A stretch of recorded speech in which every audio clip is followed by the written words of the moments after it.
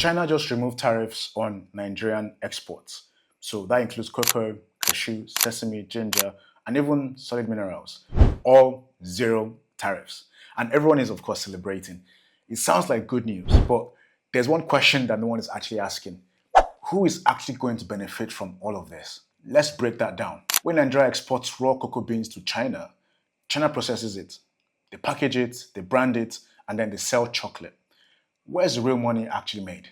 Obviously not in Nigeria. The farmer in Ondo or in Cross River, they get paid for just the beans, and that's where it ends for them. But the processing is in China, the branding in China, and of course the real profit in China. So if tariffs on raw exports are removed, we're not increasing wealth. We're just making it easier to export value out of Nigeria. That model is not new.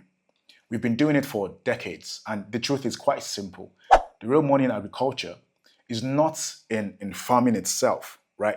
It's in the processing of the raw materials. So you have cocoa butter, you have cashew, you have sesame oil, you have ginger extracts. That's where the jobs are made, and that's where the real money is made.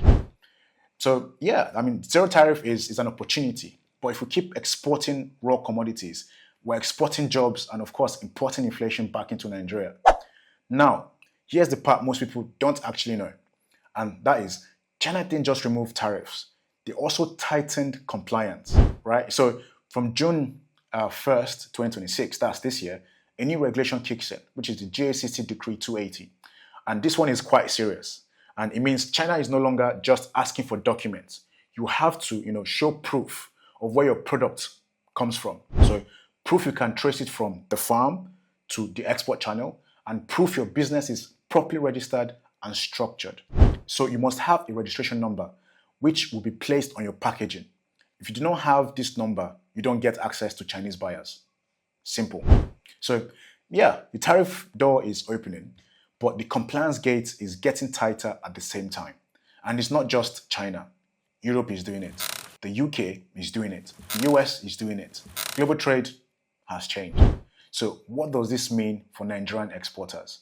If you're exporting without traceability, without proper records, without a structured supply chain, this zero tariff might not help you at all, because buyers don't want your products anymore. They want the story behind it. They want data. They want traceability, and they also want proof. And the honest truth is, most of our systems are not built for this yet, right? So Nigeria doesn't have a demand problem. What we actually have is a structure problem, because the world wants what we produce. We grow great products. Our farmers are extremely resilient, okay? But we just have to figure out ways to prove that. So what do we actually do? First, we need to think beyond raw exports. Processing has to become part of the strategy. Secondly, if you're serious about exports, you need systems, digital records, and of course, traceability. And that's why we've built Origin Trace. It solves all of these for African exporters. Our platform solves compliance that meets global standards. And that's because today, it's not just about what you sell. It's about what you can prove. The market is there, but global trade runs on systems. And if you're in export, you're processing, or you're building in the agro export space, and you want to understand how to navigate the new international export regulations, reach out and let's talk.